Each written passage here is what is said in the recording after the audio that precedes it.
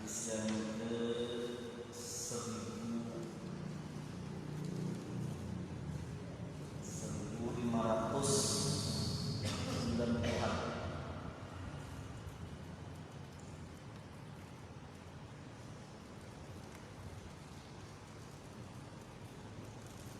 Ya, 1592-93, yaitu pada bab masalah hijrah Nabi sallallahu alaihi wasallam wa ashabihi radhiyallahu anhum ila Madinah. Hijrahnya baginda Nabi sallallahu alaihi wasallam dan sahabat-sahabatnya menuju negeri Madinah. Dan hadis ini sangat panjang, diceritakan oleh Sayyidatuna Aisyah radhiyallahu anha atau Sayyidatuna Aisyah binti Abi Bakr, sahabat Nabi sallallahu alaihi wasallam, istri daripada baginda Rasulullah sallallahu alaihi wasallam, yang pada malam yang lewat atau minggu yang lalu kita sudah membaca sebagian atau seperempat daripada hadis ini, yang Sayyidatuna Aisyah radhiyallahu anha menceritakan tentang keadaan kaum muslimin pada waktu itu. Jadi tidak semudah ataupun segampang yang kita bayangkan. Rasulullah SAW mensiarkan Islam pada awal-awal Islam itu sangat sulit sekali, terutama gangguan daripada kafir Quraisy. Mereka sangat enggan sekali dan mereka sangat memusuhi sekali dengan baginda Rasulullah SAW. Yang lebih fatal lagi, bukan hanya orang lain yang memusuhi, tapi keluarga sendiri daripada sebagian paman beliau ada yang tidak menyenangi tentang dakwahnya beliau. Jadi perlu kita ingat, mereka itu tidak senang dengan dakwahnya, bukan dengan Rasulullah. Rasulullah itu disenangi oleh seluruh makhluk. Jadi mereka menghendaki untuk tidak disebarkan ajaran-ajaran atau paham baru yang dibawa oleh baginda Rasulullah SAW. Tapi Allah menghendaki yang berbeda, di mana sedikit demi sedikit beberapa orang yang masuk, kemudian terus bertambah, dan Sayyidina Abu Bakar Siddiq radhiyallahu anhu laki-laki dewasa yang pertama yang memeluk Islam. Sampai dengan Sayyidina Abu Bakar, kata Sayyidatina Aisyah radhiyallahu anha, kata mereka, Sayyidina Abu Bakar mulai merasa sudah risih dengan gangguan kafir Quraisy. Sehingga dengan sebagian sahabat para nabi, sahabat nabi itu sudah hijrah ke negeri Habsyah atau negeri Habsi yang sekarang dikenal dengan Ethiopia, Afrika. Nah, sudah jauh ke sana. Bayangkan dengan Arab Saudi ke Afrika itu jauh benar. Perjalanan berbulan-bulan sampai di Habsyah atau di Habsi, ke Ethiopia, mereka di sana. Dan Sayyidina Abu Bakar pun ketika melaksanakan ajaran Islam, beliau pun merasa sudah mendapat gangguan dan pertentangan. Sehingga dengan beliau pun berkeinginan untuk hijrah ke negeri Habsyah. Sampai beliau membuat bekal dan beliau tidak melanjutkan perjalanan ke negeri sana. Tiba-tiba beliau bertemu dengan Ibnu Dawina. Ibnu Dawina mengusulkan atau berbicara dengan Sayyidina Abu Bakar Siddiq. Wahai Sayyidina Abu Bakar, kira-kira kemana? Sayyidina Abu Bakar, aku hendak berjalan mengembara di bumi Allah untuk mendapat ketenangan dalam ibadah. Jadi tujuan sini negeri Habsyah. Jadi Ibnu Dawina orang yang jujur sepertinya, orang yang baik sepertinya, orang yang senang menyampuni anak-anak yatim, menanggung berita mereka, suka menghubungkan silaturahmi. Sepantasnya orang seperti ini tidak dikeluarkan dan tidak perlu meninggalkan negeri Makkah. Sehingga Ibnu Dawina memberikan jaminan kepada kaum Quraisy bahwa Sayyidina Abu Bakar seorang yang baik, tidak patut untuk keluar daripada Makkah. Nah, oleh karena itu pada ketika itu dibikinlah suatu perjanjian, boleh Sayyidina Abu Bakar tetap tinggal di keimanannya, tidak memperlihatkan ibadahnya di umum. Oke, hal tersebut disepakati. Ibnu Dawina memberikan jaminan kepada Sayyidina Abu Bakar. Sayyidina Abu Bakar radhiyallahu anhu beribadah setiap hari dan muncul keinginan beliau membuat tempat ibadah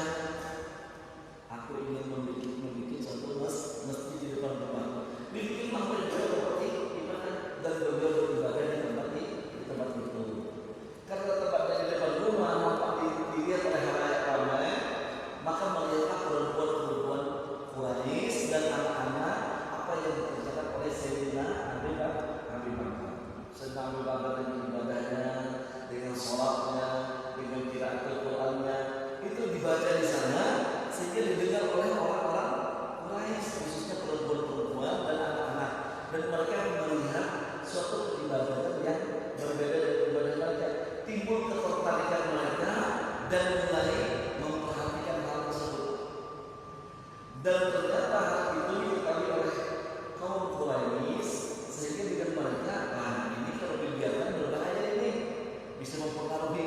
Nah, lalu dipanggillah Ibnu Daghina. Ibnu Daghina ini ternyata Abu Bakar Siddiq ini melanggar perjanjian kita. Dia beribadah di tempat umum, mengerjakan ibadahnya dan membaca daripada bacaan yang dibacanya, sehingga perempuan-perempuan kami dan anak-anak kami mulai terpengaruh dengan hal tersebut atau yang dilihatnya. Nah, ini bagaimana Ibnu Daghina? Nah, Ibnu Daghina pun akhirnya mendatangi Sayyidina Abu Bakar, dan kemudian Sayyidina Abu Bakar ditanya dengan hal yang demikian. Lalu tersedia Ibnu Daghina, kalau engkau tidak mengikuti persatuan damai yang aku buat dengan kaum Quraisy, aku malu kalau bangsa Arab nantinya mengenal aku orang yang ingkar janji. Nah, sedemikian janji itu sangat dihormati pada zaman dulu, bukan hanya orang Islam, tapi orang kafir pun sangat menghargai dengan janji. Nah, berbeda dengan orang kita ini. Janji tidak janji. Setelah kita tahu bulan Maret ada nanti pemilihan. Ulun harus mengungkapkan di sini sedikit saja, dan ini karena berbau politik ada. Dan ini adalah syiar Islam. Pilih pimpinan yang notabene mempunyai pengetahuan, apakah itu kepala daerah, apakah itu wali kotanya, apakah itu bupatinya. Pilih orang yang berilmu, jangan memilih yang membayar lebih. Jangan punya ampun meninggal agnia, murah badui. Ketika itu dimenangkan oleh mereka, apa yang dikatakan oleh baginda Rasul, jika suatu negeri dipimpin oleh orang-orang juhal, orang-orang bodoh, tanpa jilisaah, maka tunggu kehancurannya. Habis daerah kita dibabat, digali daripada batu-batu yang apa segala macamnya, sehingga masyarakat kita tidak pernah merasakan kenikmatannya. Hanya segelintir orang yang dapat menikmati itu semua. Bencananya itu seberataannya. Pesan ulun, pilih orang yang berilmu. Siapa sih? Ulun dan nama. Dia dari nama, gambar, dia orang melihati. Ulun rasa kalau disebutkan nama pun dia orang ini berilmu, orang ini ada, orang itu kita dapat aja membaca daripada kenampakan diri mereka. Lebih lanjut daripada itu bukan memesan siapapun nama mereka, tapi pilihlah orang-orang yang mumpuni dalam keilmuan. Cukup kita dipimpin oleh orang yang karena berpengetahuan. Jadi harus cari orang yang berpengetahuan. Itu aja pesan ulun. Dengan Sayyidina Abu Bakar, balik kepada hadis kita, Sayyidina Abu Bakar Siddiq setelah dipertanyakan yang demikian oleh Ibnu Daghina, kata Ibnu Daghina, kalau engkau tidak mengikut dengan perjanjiannya wahai Abu Bakar, maka aku berlepas daripada jaminan yang aku berikan kepadamu. Lalu apa yang dikatakan oleh Sayyidina Abu Bakar Siddiq radhiyallahu anhu? Imannya memang sangat kuat sekali. Dia tidak merasa jaminan hamba itu merupakan jaminan yang 100%. Apa kata Sayyidina Abu Bakar? Aku berlepas, aku kembalikan daripada jaminanmu Ibnu Daghina, dan sekarang aku berada fi zimillah pada jaminan Allah. Sayyidina Abu Bakar Siddiq radhiyallahu anhu. Dan setelah itu Sayyidina Abu Bakar dilepaskan daripada jaminan yang demikian.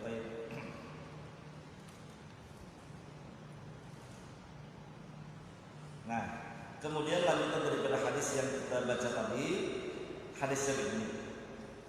Setelah Sayyidina Abu Bakar lepas daripada jaminan, daripada ziwarnya atau jaminan daripada keamanan daripada Ibnu Daghina, hadisnya wan nabiyyu sallallahu alaihi wasallam yauma idzin di Makkah. Ketika itu baginda Rasul ada di kota Makkah. Faqala Nabi sallallahu alaihi wasallam, baginda Rasulullah SAW bersabda lil muslimin, bagi kaum muslimin. Ujar Rasulullah kepada kaum Islam pada waktu itu, inni ra'aitu dara hijratikum. Aku sudah dinampakkan, diperlihatkan oleh Allah tempat hijrah kalian, di mana jatun nakhl bainal labataini wa huma harratani. Itu suatu tempat yang diletakkan di antara dua buah bukit, yang pada akhirnya kita kenal dengan Madinah. Fahajara man hajara qibala Madinah, lalu hijrahlah berangkat sebagian daripada muslimin sebagian berangkat ke sana untuk menuju negeri Madinah lebih dulu berangkat. Hijrahnya kenapa Bang? Untuk mengamankan diri dari gangguan orang-orang kafir pada ibadah mereka dan keselamatan harta benda mereka hijrah. Jadi kalau kita hendak berpindah dari suatu kampung ke kampung yang lain, hendaknya perpindahan kita itu diniatkan dengan perpindahan menuju Allah atau keridaan Allah dan Rasulnya. Nah, jangan semata-mata kenapa Bang jadi yang pindah hendak memaraki gawian gitu. Tujuannya untuk gawian aja. Jangan untuk mendapati atau mendekati suatu tempat di mana beliau mencari nafkah untuk anak istri, nah itu lebih baik niatnya. Tapi jangan pulang. Kenapa? Jadi biar pindah ke tempat sana, di sana banyak kawanan kamu berjualan sudah banyak bilang bayi ayam di kamu sahur hari-hari. Nah, tujuannya ada sahur ayam aja udah. Luput banar. Atau kenapa menjadi pindah ke sana? Nah di sana tuh Jersilin kenapa jadi aku di sana tuh ada seikung di situ pindah kembang desanya. Jadi aku pindah ke sana tuh kira-kira ada harapan untuk memiliki hal tersebut apa Rasulullah? Pahajara manhajah orang yang hijrah yang demikian itu dengan sebagaimana yang diniatkannya au imra'atin yang fimuha atau perempuan yang diniatnya untuk dinikahinya pahajara ilaih maka niat hijrahnya atau perpindahannya makanya itu apa yang diniatkannya ada nilai ibadah dalam hidup. Jadi kalau memang ingin berpindah silakan berpindah tapi ada tujuan ibadah. Misalnya aku hendak pindah ke Martapura. Kenapa pindah ke Martapura? Di sana banyak guru-guru yang mengajarkan keilmuan, majelis taklimnya banyak, guru-guru tua di sana tinggal kita menjadwalkan. Anak pengajian fikih ada, anak mengajar ikut pengajian tauhid ada, anak mengikuti pengajian segala macam karena guru banyak di sana membuka majelis taklim. Baik, itu lebih baik. Karena memang dia pindah kepada masjid kan supaya nyaman mengikuti majelis taklim dia sendiri. Orang jauh baparak hendak mengikuti majelis taklim, orang parak kan ingin majelis taklim. Idza aradallahu 'abdan khairan yufaqihu fid din. Jika seorang hamba itu dikehendaki oleh Allah untuk baik kehidupannya, Allah biasanya pahamkan agama. Bagaimana cara memahamkannya? Dibukakan pintu hatinya untuk menuntut ilmu pengetahuan. Mungkin seseorang berbuat kebaikan tanpa ada ilmu pengetahuan, kada akan mungkin. Jadi dengan ilmu pengetahuan seseorang dapat berbuat kebaikan. Jadi ketika Allah menghendaki dirinya baik, dibukakan Allah perasaan nyaman menuntut ilmu. Sudah mulai kadang-kadang meninggalkan majelis taklim, entah itu majelis taklim di mana selalu diikutinya. Aradallahu khairan, Allah menghendaki diri orang tersebut baik. Insyaallah kalau memang baik kesejahteraan. Amin. Kemudian kembali kepada hadis kita.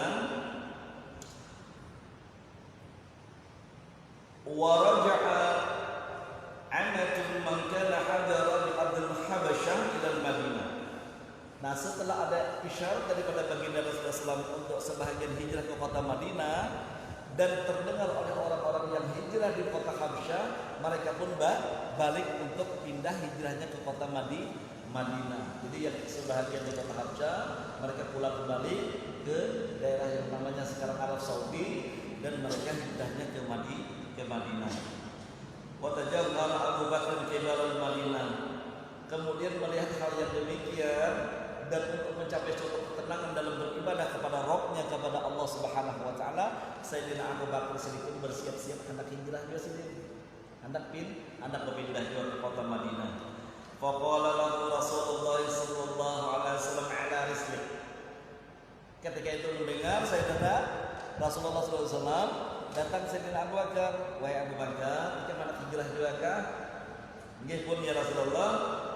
Ala rislik. Tahan dulu Sayyidina Abu Bakar. Tahan dulu pian Abu Bakar. Fa inni arju ayyuhalladzina li ulun menunggu izin daripada Allah, ulun pun hendak berhijrah. Rasulullah pun hendak berhijrah. Faqala Abu Bakar wa hal arju zalika bi abi anta wa ummi, demi abah dan mama ulun, demi ibu dan bapak ulun korbankan untuk pian. Apakah pian hendak berhijrah juga ya Rasulullah? Qala Rasulullah berkata, "Na'am, ya." nafsahu ala Rasulullah sallallahu alaihi wasallam fa yashabahu wa 'allaqa rahilatain kanata 'indahu wa raqas samar wa huwa al-qattu 14 dan Sayyidina Abu Bakar Siddiq menahan kepergiannya untuk hijrah untuk menemani baginda Rasulullah SAW selama 4 bulan dan onta yang sudah dipersiapkan itu dimakani dengan daun daripada daunnya samar, pohon samar dimakani. Jadi dimakani selama lamakah, sependang kah, satu umat kah menunggui Rasulullah mendapatkan izin hijrah daripada Allah 4 ashhur 4 bulan lamanya. Ada gampang 4 bulan. Kita kadang berdoa hendak situ sini kabul. Semua ada prosesnya. Yang terpenting kita bisa bersabar. Tugas kita meminta dan yakin kita doa kita diperkenankan oleh Allah. Raja kita mengharap selalu untuk diterima. Cepat dan lambatnya itu urusan Allah Subhanahu wa taala. Jadi kita jangan pernah mendesak berdoa kita. Ya Allah berilah ulun kekayaan sekarang juga ya Allah sekarang juga sanggup kan? Jadi jangan kita berdoa aja dengan Allah Subhanahu wa taala untuk dilimpahkan rezeki yang halal yang thayyib yang baik untuk kita. Yang baik untuk kita. Baik. Qalat Aisyah berkata Sayyidatina Aisyah radhiyallahu anha Fabainama nahnu yawman julusun fi baiti Abi Bakr fi nahri az-zahira. Pada siang hari kami sedang duduk-duduk di rumah Sayyidina Abu Bakar dan kuitan beliau sendiri. Nah kemudian apa? Qala qailun li Abi Bakr, ada seorang yang mengkhabarkan kepada beliau, kepada Sayyidina Abu Bakar, haja Rasulullah sallallahu alaihi wasallam mutaqanni'an fi sa'atin lam yakun ya'tina fiha. Rasulullah ada itu datang berkunjung, tidak biasanya Rasulullah datang dengan menutupi kepalanya dengan kainnya. Rasulullah menutupi entah apakah itu hari panas atau beliau enggak terlihat daripada kafir Quraisy, sehingga kedatangan Rasulullah yang tiba-tiba itu tidak biasanya. Lalu faqala Abu Bakar fida'ullahu bi abi wa ummi, demi Allah demi ibu dan bapakku yang aku korbankan, demi Allah wallahi ma ja'a bihi bi hadhihi sa'in la amrun, tidaklah Rasulullah datang dari pada hari ini yang sangat panas dan tidak biasa ini kecuali ada suatu perkara yang sangat penting. Ketika sampainya Sayyidina Abu Bakar, Sayyidina Rasulullah di sisinya Abu Bakar, qalat Aisyah, berkata Sayyidina Aisyah radhiyallahu anha, faja'a Rasulullah sallallahu alaihi wasallam fasta'dzana fa'uzina lahu fadakhala. Rasulullah datang, kemudian Rasulullah meminta izin untuk masuk ke rumahnya dan diizinkanlah. Rasulullah meminta izin untuk masuk pada sahabatnya Sayyidina Abu Bakar. Meskipun Rasulullah kalau diizinkan kita masuk silahkan, kalau kada diizinkan cukup menyampaikan hajat di muka rumah. Bisa jadi perempuan ataupun istri tetangga ataupun istri saudara sekalipun kada menerima kita di rumah itu karena kada ada lakinya di rumah. Jangan kalau kada ada lakinya maka masuk ke rumah jadi fitnah kan? Jadi kalau kita bertamu ke rumah orang, kita pun harus tahu diri. Ketika kita menerima tamu dengan orang, tugas kita memuliakan tamunya. Jangan ulang assalamualaikum, waalaikumsalam. Bapaknya datang kemari, sambutannya kan apanya datang kemari deh. Jadi jangan ramahlah dengan tamunya. Meskipun kita tahu orangnya kayaknya anak berutangnya datangnya aja. Tapi ramah aja dulu, ramah kita mengatur. Dan ketika kita tidak dapat mengabulkan hajatnya, tolak dengan halus. Kalau memang kadeda katakan kadeda. Begitulah dengan. Tapi ketika kita menjadi tamu, kita harus tahu diri. Ini kada hari-hari jam kerja, datang jam 7:30. Kan biasanya orang sarapan tuh. Bertamu kita hajatnya kada terlalu penting, sedikit banyak yang disampaikan, bertamu sampai jam 11 siang. Jadi jadwal rumah ya Allah, aku mudah pulang jadwal kok hari ini di sini. Hendak menyuruh boleh izin kada nyaman, kada disuruh boleh izin ya. Dah kita tahu diri, bertata krama. Kenapa hal itu diperintahkan? Jelas Rasulullah. Man amana billah wal yawmal akhir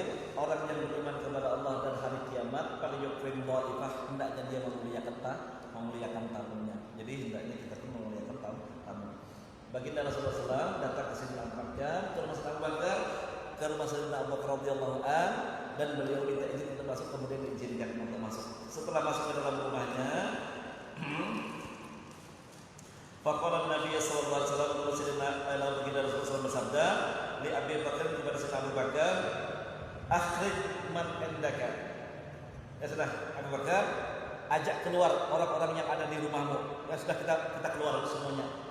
Lalu faqala Abu Bakar, berkata Sayyidina Abu Bakar, innama hum ahluka bi abi anta wa ummi ya Rasulullah. Demi Allah, demi ibu dan bapakku ya Rasulullah, yang berusia korban ketuntunnya, orang-orang yang ada di rumah ulun ini adalah keluarga yang dia beritaan ya Rasulullah. Cuma sekedar Sayyidina Abu Bakar, istri beliau, dan Sayyidatina Aisyah radhiyallahu anha yang masih kecil pada waktu itu ketika itu. Baik. Maqala Abu Bakar, suhbatan di abi anta wa ummi, demi pamadan Abu Bakar Rasulullah, apakah ulun menemani pian dalam perjalanan hijrah? Qala Rasulullah sallallahu alaihi wasallam, ya, kamu akan menemani aku dalam perjalanan. Qala Abu Bakar, faqus bi abi anta wa ummi ya Rasulullah, anta ya Rasulullah ahada rahilatain. Ya Rasulullah, ulun punya 2 tunggangan unta ya Rasulullah, pian nanti ambil salah satunya. Ambil. Suruh ambil. Berapa mang harga unta? Larang. Kisaran antara 14 juta sampai 27 juta, tergantung dana dan kecilnya unta tersebut. Paling murah sekitar 14 jutaan. Nah, sekitar 14 jutaan. Baik. Itu diberikan dengan Rasulullah. Diberikan tunggangan untuk Rasulullah. Tapi bagaimana tanggapan Rasulullah SAW? Qala Rasulullah SAW bisaman. Ya, aku akan terima, tapi dengan aku hargai, aku beli. Nah, Rasulullah pun kadang mau menerima dengan cuma-cuma. Baik, hal itu kan terlalu dipermasalahkan. Qalat Aisyah, itu berkata Sayyidatina Aisyah radhiyallahu anha, "Wajahhaznahuma ahabbu jihazi." Lalu kami setelah mendengar bakalan berangkat, kami mempersiapkan segala macam hidangan yang akan dibawa dalam perjalanan. Wasana'na lahuma sutrata fi jarab, dan kami membuat makanan yang kami taruh di dalam kantong kulit yang diikat. Faqata'at Asma bintu Abi Bakar qit'atan minan naqaqiha farabatat bihi ala fadil jarab. Dan ketika selesai membuat makanan, anak daripada Sayyidina Abu Bakar Siddiq radhiyallahu anha yang bernama Asma binti Abi Bakar itu melepas daripada ikat pinggangnya, kemudian dibelah dua, dan kemudian diikatlah pada 2 Sayyidina Abu Bakar Siddiq, diikatkan daripada tali pinggang atau ikat pinggangnya yang dipotong untuk diikatkan ke jorab ataupun kantong kulit yang sudah diisi dengan makanan tersebut. Maka dengan tingkah lakunya Asma binti Abi Bakar, atau Asma anak dari anak perempuan daripada Sayyidina Abu Bakar, atau kakak daripada Sayyidatina Aisyah radhiyallahu anha tersebut, yang memotong ikat pinggangnya untuk menyentuh, maka dia mendapat gelar orang yang zata ditaqain, orang yang rela memotong ikat pinggangnya demi Rasulullah. Gelar tersebut dilekatkan kepada Asma binti Abi Bakar radhiyallahu anha. Qalat summa lahir Rasulullah sallallahu alaihi wasallam, kemudian sampai Rasulullah SAW dan Sayyidina Abu Bakar Siddiq di mana bighadin, di suatu tempat atau suatu gua, fi Jabalith Thur, pada Gunung Thur. Gunung Thur ada salah satu gua di sana. Rasulullah naik dan mendaki dengan Sayyidina Abu Bakar Siddiq radhiyallahu anhu. Famakana fihi salasa layalin, dan kemudian tinggalan di sana Rasulullah beserta dengan Sayyidina Abu Bakar 3 malam.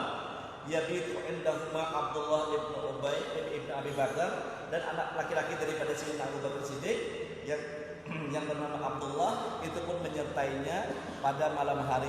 Jadi kalau siang harinya sebelum fajar dia sudah pulang. Sebelum pulang, dan ketika malamnya menemani Rasulullah dan Abbas ini di gua Sur untuk sholat dan Sayyidina Abu Bakar Siddiq radhiyallahu anhu. Abdullah bin Abi Bakar huwa ghulamun syabun saqiqun lakin, dia seorang anak laki-laki, seorang pemuda yang sangat cerdas dan sangat cerdik. Yuridu bin indahma bi syahab, dia menemani Rasulullah dan Sayyidina Abu Bakar Siddiq di dalam gua tersebut pada malam hari dan sebelum fajar atau pada waktu syahur beliau kembali lagi ke kota Mekah. Fayusbihu ma'a Quraisy di Makkah, dan beliau pagi-pagi sudah terlihat di kota Mekah beserta dengan orang kafir Quraisy. Nah, jadi orang kada curiga, malam menemani Rasulullah dan Abu Bakar di dalam Gua Hira yang jaraknya dengan Mekah itu lumayan jauh. Dan sebelum sahur, sebelum subuh, sebelum fajar dia sudah berada di kota Mekah, dan pada pagi harinya dia terlihat beserta bergaul dengan orang-orang kafir Quraisy. Maka tidak dicurigai akan keberangkatan daripada Rasulullah dan Sayyidina Abu Bakar Siddiq radhiyallahu anhu. Jadi mereka itu punya strategi atas keberangkatan Rasulullah. Nah, jadi bagaimana mereka mengeluarkan Rasulullah dari Mekah menuju Madinah dengan secara sembunyi-sembunyi itu dilakukan dengan sangat teliti. Sampai Abdullah bin Abi Bakar itu rela malam menemani bapak dan Rasulullah, bapaknya dengan Rasulullah di dalam Gua Hira. Sebelum subuh dia sudah balik ke Mekah supaya tidak dicurigai. Nah, itu Sayyidina Abdullah bin Abi Bakar, ini beranak laki-lakinya Sayyidina Abu Bakar Siddiq radhiyallahu anhu. Wa yubnidu min indaha wa yusbihu ma'a Quraisy bi Makkah. Kabaiti fala yasma' amran yuqtada bihi illa wa'ahu hatta yataquma bi khabarin dzalika hina yahlitu sulam. Dan ketika berada di kota Makkah, Abdullah bin Abi Bakar Siddiq radhiyallahu anhu itu mendengar kabar rencana daripada kafir Quraisy yang merencanakan sesuatu, mungkin mencelakai dan ingin membunuh Rasulullah dan Sayyidina Abu Bakar. Sampai kabar tersebut dikabarkan kepada Rasulullah dan bapaknya Sayyidina Abu Bakar Siddiq radhiyallahu anhu. Baik. Wa yar'a alaihi Ma'amir bin Quhairah maula Abi Bakar min Hakam bin Ghanam bin Fayuriha alaihi ma hatta tadhhaba sa'atan min al-'isha fayabitani fi rahilin wa huwa labanan min hatihi ma waradihi ma hatta yal'aqa biha Amir bin Quhairah bi qalasin yaqulu dhalika fi kulli lailatin min tilkal layali thalath. Jadi setelah itu pun yang bernama Amir bin Quhairah, jadi ada seorang lagi pemuda Amir bin Quhairah, seorang budak yang pernah dimerdekakan oleh Sayyidina Abu Bakar Siddiq radhiyallahu anhu. Dia pun membantu dengan Rasulullah Sayyidina Abu Bakar. Jadi pada malam harinya dia datang membawa kambingnya, beberapa ekor kambingnya ke Gunung Thur atau Jabal Thur, yang di sana tinggal di dalam gua Rasulullah dan Sayyidina Abu Bakar. Ulun kira rendah aja malah gua sekali dilihat itu seperti tinggi banget. Di atas itu kalau ini tangga-tanggaannya tempat lainnya sudah diolahkan oleh pemerintah Arab Saudi. Nah, kayak di zaman Rasulullah itu kan ada tangga berjalan di celah-celah batu yang curam. Itu bersembunyi di sana Sayyidina Abu Bakar dan Rasulullah SAW. Nah, Amir bin Quhairah setiap malam membawa gembala kambingnya ketika sore berangkat ke sana. Sampai di sana dia naik ke atas untuk memerah daripada susu kambingnya untuk diminumkan kepada Rasulullah. Kemudian susu kambing itu ditaruh dalam satu bejana dan diletakkan di atas batu. Hangatnya batu itu dapat menghangatkan susu itu yang seketika diminum oleh Rasulullah dan Sayyidina Abu Bakar Siddiq radhiyallahu anhu itu dalam keadaan hangat dan segar. Sehingga dengan Rasulullah dan Sayyidina Abu Bakar itu dengan perbekalan yang ada memakan dan keadaan mereka itu sangat segar sekali. Baik. Di samping itu juga wastajara Rasulullah SAW wa Abu Bakar rajulan min Bani Dir, daripada Bani Dir Rasulullah dan Sayyidina Abu Bakar pun menyewa seorang yang hafal akan seluk beluk ataupun menjadi petunjuk jalan. Wa huwa min Bani Abdi Adi hadiyan khiritan wa khariyatul mahir. Jadi ada seorang daripada Bani Abdi Ibnu Abdi yang mengerti dan paham sebagai penunjuk jalan itu dibayar oleh Sayyidina Abu Bakar dan Rasulullah SAW untuk menunjukkan mengarahkan jalan bagi mereka keluar daripada kota Mekah untuk menuju kota Madinah supaya jangan diketahui oleh kafir Quraisy. Dan si petunjuk jalan ini orang yang sangat mahir sekali dalam menunjukkan jalanan. Bidayat qad ghamasa tilkan fi al-asir wa sa'id as-sahmi, dan dia juga mengadakan persekutuan dengan keluarga As dan Wa'il, As ibn Wa'il wa huwa ala dini kufar Quraisy, Jadi si laki-laki tadi membantu dibayar, tapi dia beragama sebagaimana agama kafir Quraisy, menyembah berhala. Jadi memang karena beriman dengan Rasulullah, tapi dia rela dibayar untuk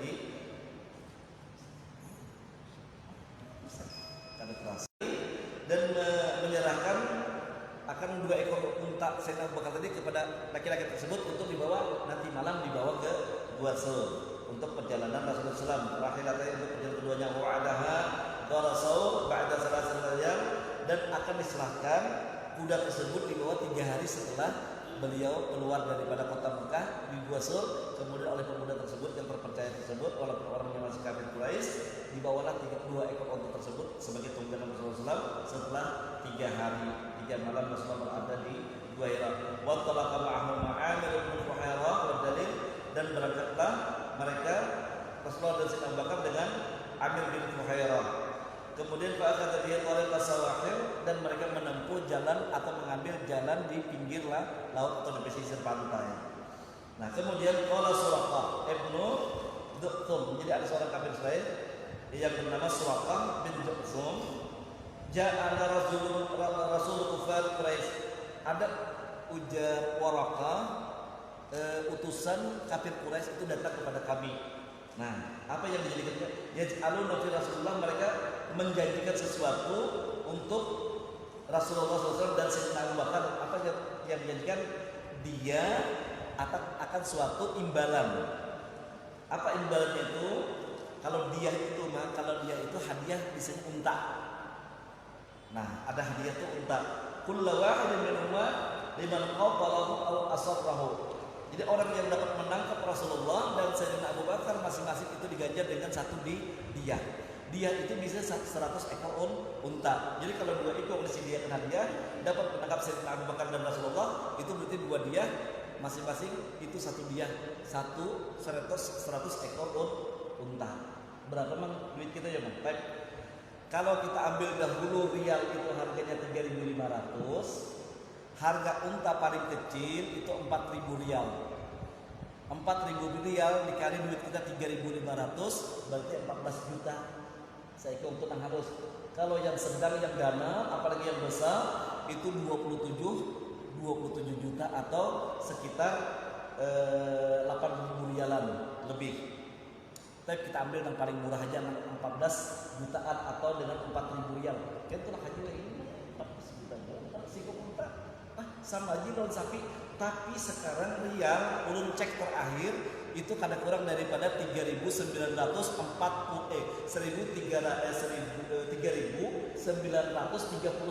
rial, hampir 4.000. Kalau dikalikan digenapkan 4.000 dikali dengan 4.000 rial, kada kurang daripada hampir 15 jutaan. 1 ekor unta.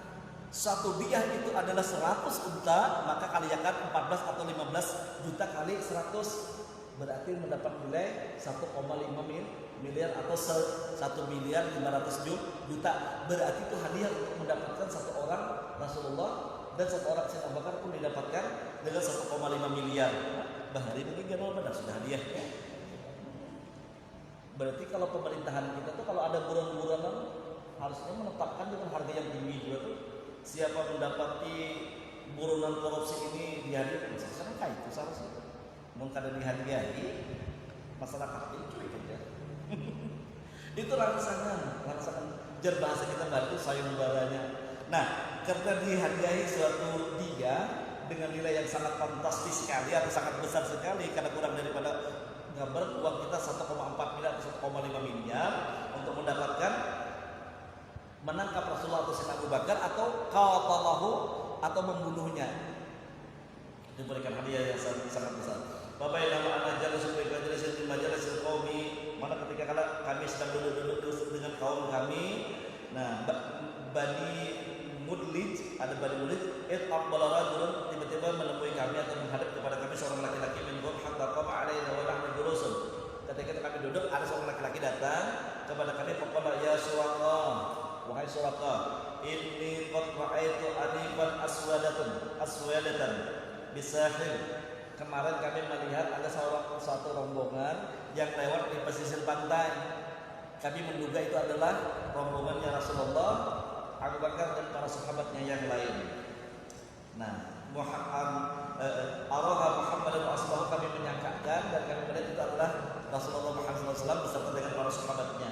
Qala Suraka, ujar Suraka berkata, fa'arabtu annahum hum. Maka dengan gambarannya aku sudah menyangkakan secara pasti memang itu adalah Rasulullah dan para sahabatnya. Suraka sudah memastikan.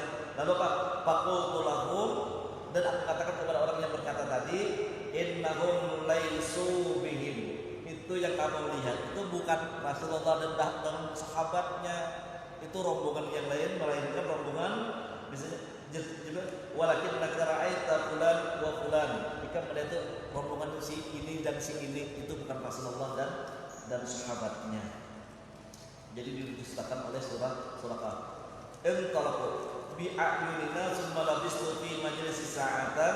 Lalu setelah itu dia Suraka, saya bertahan sebentar, beberapa saat di majlis itu, dan kemudian semua kuntu padahal kemudian aku beranjak untuk pulang. Nah, ulun terusakan hadisnya panjang kayak gitu kan. Terpaksa bisa kita sampai. Mungkin ulun sepakat di hadis ini tadi perbincangan antara Suraka dengan ini kontra ayat ada yang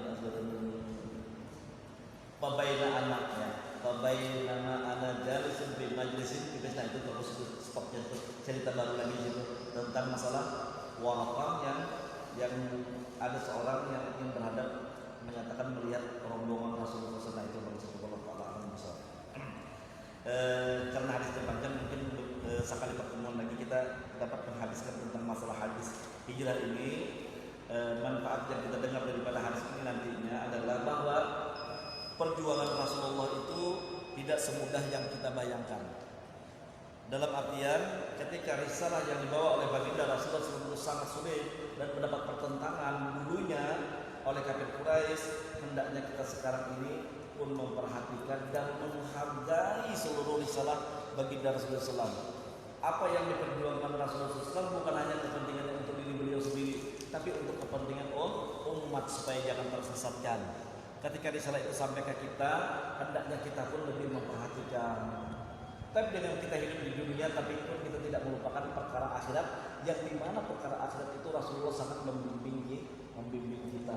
Jadi fa'udu ilallahi wa rasulih, kita kembali kepada Allah dan Rasulnya, dan sayugianya dan sebatasnya bagi kita dalam kesadaran kita tentang kekurangan keilmuan kita niatkan pada majelis taklim dimanapun masjid itu berada, kita niatkan, kita tanamkan sedini mungkin untuk menuntut ilmu, karena menuntut ilmu sangat besar sekali. Bahkan dalam Al-Quran Allah berjanji akan mengangkat derajat orang-orang yang berilmu. Jadi hendaklah kita menghargai pada ketika saat ini di mana banyak kemaksiatan sudah tampak di muka bumi, kita kembali kepada Allah dan Rasulnya dengan cara kita memperbanyak menghadiri majelis taklim guna menuntut ilmu pengetahuan. Karena kalau kita teliti lebih lanjut dan kita teliti, ternyata diri kita sangat banyak sekali kekurangannya, terutama di bidang masalah agama. Kita ternyata punya pahaman sedikit sekali tentang agama. Kalau tidak selasa, iblis dan sekutunya itu selalu menutupi kekurangan kita di bidang agama. Dikiranya kita ini mahir aja agamanya. Ternyata satu ibadah yang kita angkat lalu kita bahas secara pribadi untuk mengetahui kebodohan dan kekurangan diri kita, misalnya kan sejauh masalah sholat dan yang lainnya. Sudah, kalau masalah wudu kira-kira aku ini paham atau kada? Wudu dari dalil dan niatnya ternyata aku pun kada tahu. Sejarah daripada wudu dan yang melatar belakang wudu, bahkan perintah wudu ada di mana dari ayat Quran, aku pun kada mengerti. Ternyata perintah dari membasuh awal muka, kemudian tangan, kemudian kaki, kemudian kepala dan kaki, perintah yang berturut-turut itu pun siapa yang membimbing, siapa yang mengatakan, ternyata kita kadang mengerti dan kadang bisa menjawab itu. Lalu batasan-batasan wudu yang dihendaki secara fikih, yang termaktub dalam Al-Quran, batasan membasuh muka di mana, tangan di mana, kaki di mana, ternyata kita pun kadang mengerti dan kadang bisa menjawabkannya. lalu penggunaan air mutlak yang digunakan dalam wudu yang sekira-kiranya wudu itu sah dan baik, dan perihal wudu dan adabnya supaya baik, ternyata kita pun kadang kala menjawab secara sempurna. Dan lebih lanjut ditanyakan berapa rukun wudu, ternyata kita pun kadang kala menjawabnya. Berapa sunat-sunat wudu pun kita ternyata kadang kala menjawabnya. Dan terakhir, hal-hal yang membatalkan wudu kita hanya mengenal dua macam, takantut, lawan bersentuhan, lawan berbingung, cuma itu. Lain daripada itu kita kadang tahu sekadang.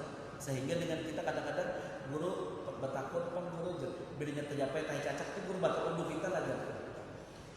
Berarti patut sekali kita mengejar ilmu pengetahuan karena sangat kekurangan sekali dan kita kurang sekali dalam ilmu pengetahuan. Justru itu dulu lepaskan kesombongan diri kita. Ilmu adalah hidayah petunjuk Allah yang oleh Imam Syafi'i dikatakan al-ilmu nurun. Ilmu itu adalah cahaya. Oleh pesan guru beliau, wa nurullah la yu'talil 'asi. Pesan daripada Imam Waqi, nur Allah tidak pernah diberikan kepada orang yang maksiat. Tutuplah ilmu karena ilmu itu adalah cahaya pelita bagi kita. Wallahu ta'ala a'lam bishawab. Mudah-mudahan apa yang disampaikan ini bermanfaat dan mudah-mudahan Allah Subhanahu wa taala memberikan ridha kepada diri kita, anak istri kita, dan keluarga kita di alam segala dosa-dosa kita dan yang dulu yang akan datang. Mudah-mudahan Allah Subhanahu wa taala kita dalam husnul khotimah, menjadi umat baginda Rasulullah SAW, digolongkan kita bersama dengan baginda Rasulullah SAW, dibangkitkan kita dan mendapat syafaat daripada baginda Rasulullah SAW di akhirat nanti, serta dikumpulkan kita bersama dengan baginda Rasulullah SAW di surganya yang penuh dengan kenikmatan. Mudah-mudahan Allah SWT memberikan keberkahan kepada kita, rezeki yang halal dan yang baik setiap hari. Mudah-mudahan Allah SWT melindungi diri kita, anak istri kita daripada segala bala musibah dan daripada segala penyakit, terutama